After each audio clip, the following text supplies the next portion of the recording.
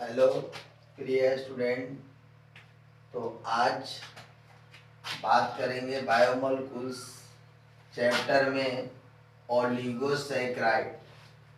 तो आप जानेंगे कि ओलिगोसैकराइड क्या है। तो देखिए डिफाइन किया जा रहा है, वैसा सैकराइड है जो जल अपघटन करने के फलस्वरूप 2 से 10 मोनोसैकराइड अणुओं का निर्माण करता है, उसे ओलिगोसैकराइड कहा जाता है। देखिए ओलिगोसैकराइड में मोनोसैकराइड 2 से 10 अणु बनेंगे तो उसको ओलिगोसैकराइड कहा जाता है। और देखिए कहीं कहीं 2 से 9 8 भी लिखा हुआ है। अब बिहार बोर्ड का पूछा हुआ क्वेश्चन है, तो जानेंगे ओलिगोसैकराइड को मुख्य रूप से 3 भागों में बांटा गया है। तो पहला देखेंगे कि types of oligosaccharide. Types of oligosaccharide. तो ओलिगोसैकराइड को मुख्य रूप से 3 भाग में बांटा गया। पहला डाइसैकराइड, दूसरा ट्राइसैकराइड, तीसरा टेट्रासैकराइड। तो देखिए ओलिगोसैकराइड को मुख्य रूप से कितना भाग है? 3 भाग है। डाइसैकराइड, ट्राइसैकराइड, टेट्रासैकराइड। तो फिर से देखेंगे बाबू, याद करेंगे। ओलिगोसैकराइड को मुख्य रूप से 3 भाग बांटा गया। पहला डाइसैकराइड, दूसरा ट्राइसैकराइड और तीसरा टेट्रासैकराइड। अब हम जानेंगे कि डाइसैकराइड किसको कहते हैं। तो सबसे पहले एक बात और सुनेंगे, कहीं कहीं किताब में आपको डायरेक्ट मिलेंगे कि सैकराइड का कितने भाग है। तो मोनोसैकराइड, डाइसैकराइड और पॉलीसैकराइड। लेकिन आज ये बात को जान ले कि ओलिगोसैकराइड का यह भाग है डाइसैकराइड, ट्राइसैकराइड और टेट्रासैकराइड। अब बारी बारी से इसके बारे में जानेंगे। तो देखिए डाइसैकराइड। डाइसैकराइड किसे कहा जाता है? तो चलिए अभी हेडिंग लेंगे डाइसैकराइड के बारे में। पहला डाइसैकराइड। चलिए डाइसैकराइड का मतलब वैसा ओलिगोसैकराइड, वैसा ओलिगोसैकराइड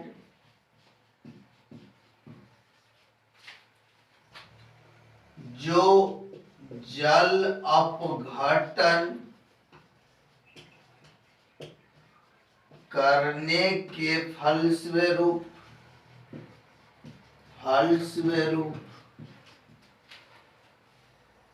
2 मोनोसैकराइड का निर्माण करता है।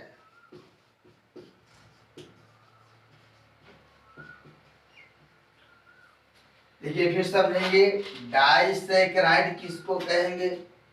तो वैसा ओलिगोसैकराइड जो जल अपघटन करने के फलस्वरूप मोनोसैकराइड का 2 अणु का निर्माण करता है, तो उसे डाइसैकराइड कहा जाता है। डाइसैकराइड कहा जाता है। चलिए फिर देखिए आप, देखिए सबसे पहले आप पढ़े होंगे ग्रीक वर्ड। तो आप जानते हैं ग्रीक वर्ड में कि देखिए थोड़ा सा ध्यान देंगे कि डाई का मतलब 2 होता है, ट्राई का मतलब 3 होता है, टेट्रा का मतलब 4 होता है। ये बात आप जानते हैं ग्रीक वर्ड है। तो देखिए डाई का मतलब दो, तो डाई का दो का मतलब दो मोनोसेकेराइड अणु बने। यदि ट्राई हो जाता है तो तीन बनेंगे, यदि टेट्रा हो जाता है तो चार बनेंगे। डिफिनेशन मात्र एक ही याद रखें और ये वर्ड को याद है। तो यहाँ पे डाई का मतलब दो मोनोसेकेराइड अणु बना। जिस तरह से यहाँ पे आप एग्जाम्पल देख सकते हैं, तो एग्जाम्पल का पहला आप जानते हैं कि सुक्रोज, देखिए पिछले वीडियो में आपको सूत्र दिखाया गया है, उसको आप ध्यान देख लेंगे। तो सुक्रोज का सूत्र होता है C12H22 हाँ O11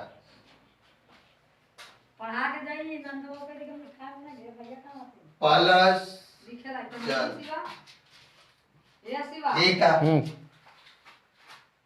सुक्रोज का सूत्र होता है C12H22O11। ये जल के साथ अब क्रिया करता है तो आपका मोनोसेकेराइड का दो अणु बनेंगे। पहला बनेंगे ग्लूकोज और प्लस फ्रैक्टोज। पहला ग्लूकोज और दूसरा कोची फ्रैक्टोज। तो सुक्रोज को जल अपघटन करते हैं तो ग्लूकोज और फ्रैक्टोज बनता है। ग्लूकोज का सूत्र जानते हैं C6H12O6 प्लस C6H12 और कोची O6।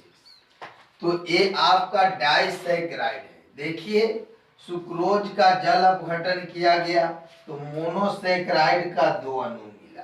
ठीक इसी प्रकार से दूसरा एग्जांपल समझेंगे।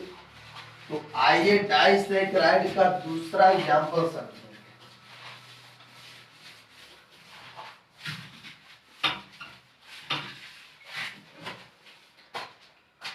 चलिए भी दूसरा एग्जांपल आप समझिए।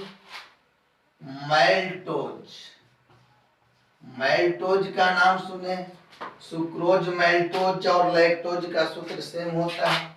तो C12H22O11 अब प्लस जल, यह जल के साथ अब क्रिया किया। तो अब ध्यान देंगे मैल्टोज का जल अपघटन किया जाता है तो 2 मोल ग्लूकोज बन जाता है। क्या मोल बनेगा? 2 मोल। ग्लूकोज का सूत्र जानते हैं C6H12O6। तो इसका क्या मोल आया? 2 मोल आ गया। अब ठीक इसी प्रकार तीसरा आप एग्जांपल देखिए। लैक्टोज, लैक्टोज का भी सूत्र यही होता है C12H22O11। ये भी किसके साथ अब क्रिया करेगा बाबू? जल के साथ। तो अब आप ध्यान देंगे, देखिए क्या बनेंगे। तो लैक्टोज का जल अपघटन करते हैं तो आपका ग्लूकोज और प्लस गलैक्टोज बनता है। तो देखिए ग्लूकोज का सूत्र C6H12O6 और प्लस C6H12 और O6। तो ये आपका एग्जाम्पल रहा कि इसका डाइसैकेराइड। डाइसैकेराइड में आप देखें कि मोनोसेकेराइड का कै गो अणु बना? 2 अणु बना। चलिए ठीक उसी प्रकार से ओलिगोसेकेराइड का दूसरा भाग। तो आप वीडियो को रोक करके लिख लेंगे। चलिए आगे ध्यान देंगे कि ओलिगोसेकेराइड को 3 भाग बांटा गया था।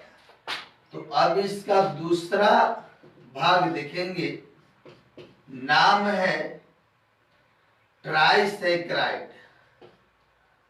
ट्राइसेकेराइड, तो ट्राइसेकेराइड डिफिनेशन एक ही की तरह लिखना है आप कि ऐसा ओलिगोसेकेराइड जो जल अपघटन करने के फलस्वरूप 3 मोनोसेकेराइड अणु का निर्माण करता है तो ट्राइसेकेराइड कहा जाता है। जो अभी आपको बताया गया कि ट्राई का मतलब 3 होता है। तो चलिए इसका एग्जांपल देखें। तो देखिए रैफिनोज, रैफिनोज, रैफिनोज का यदि आप जल अपघटन करते हैं तो मोनोसेकेराइड का 3 अणु बनता है। तो चलिए आप सूत्र पहले पढ़ चुके हैं, C18 H32 और O16। ये जल के साथ अब क्रिया करते हैं तो मोनोसेकेराइड का 3 अणु बनता है। देखिए 3 अणु कौन कौन बनता है, तो आपका ग्लूकोज प्लस फ्रैक्टोज और प्लस गलैक्टोज। देखिए रैफिनोज जब जल अपघटन करेंगे तो 3 मोनोसेकेराइड का अणु बनाएंगे, ग्लूकोज, फ्रैक्टोज, गलैक्टोज। आपको पिछले वीडियो में सबका सूत्र दे दिया गया है।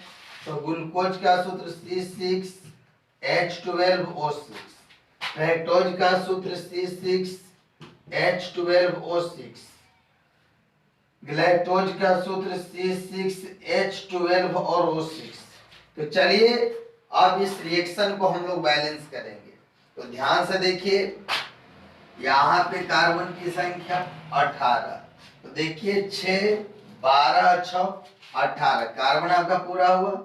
हाइड्रोजन 32, तो यहाँ पर ध्यान देंगे 12 24 और भारतीय 36, 36 को उधर है और आपका 32 इधर है।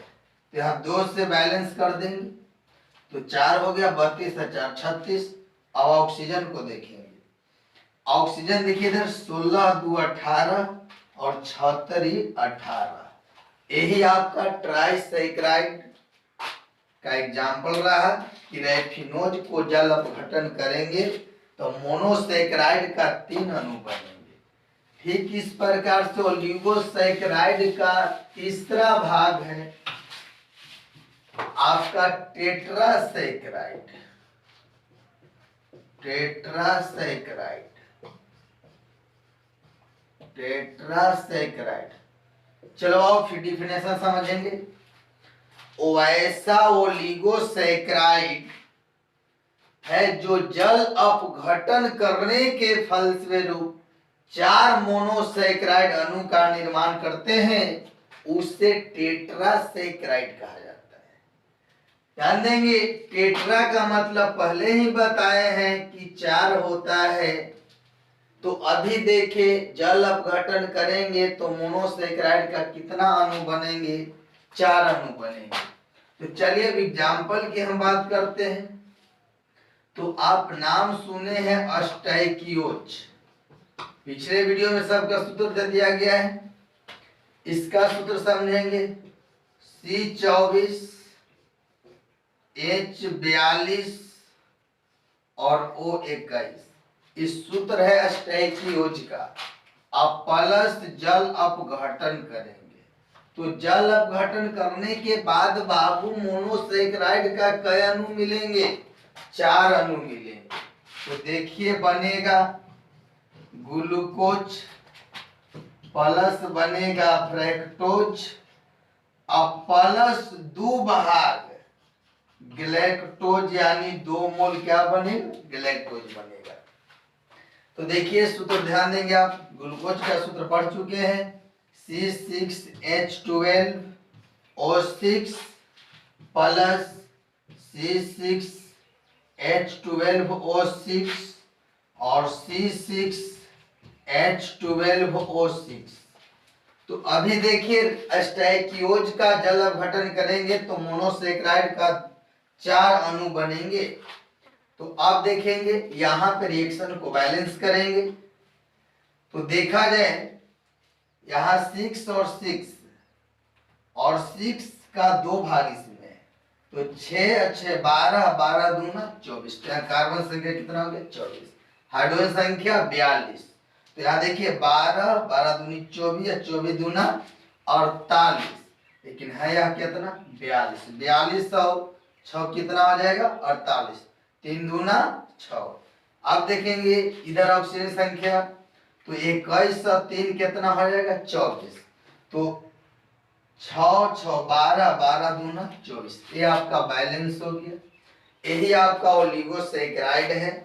अभी आप लोग देखिए इसका 3 भाग था, डाइसेकेराइड, ट्राइसैकेराइड, टेट्रासैकेराइड। तो बात आप समझ गए। आज का वीडियो यहीं तक समाप्त होता है और अगले वीडियो में मोनोसैकेराइड और ओलिगोसैकेराइड का भौतिक गुण के बारे में बताया जाएगा।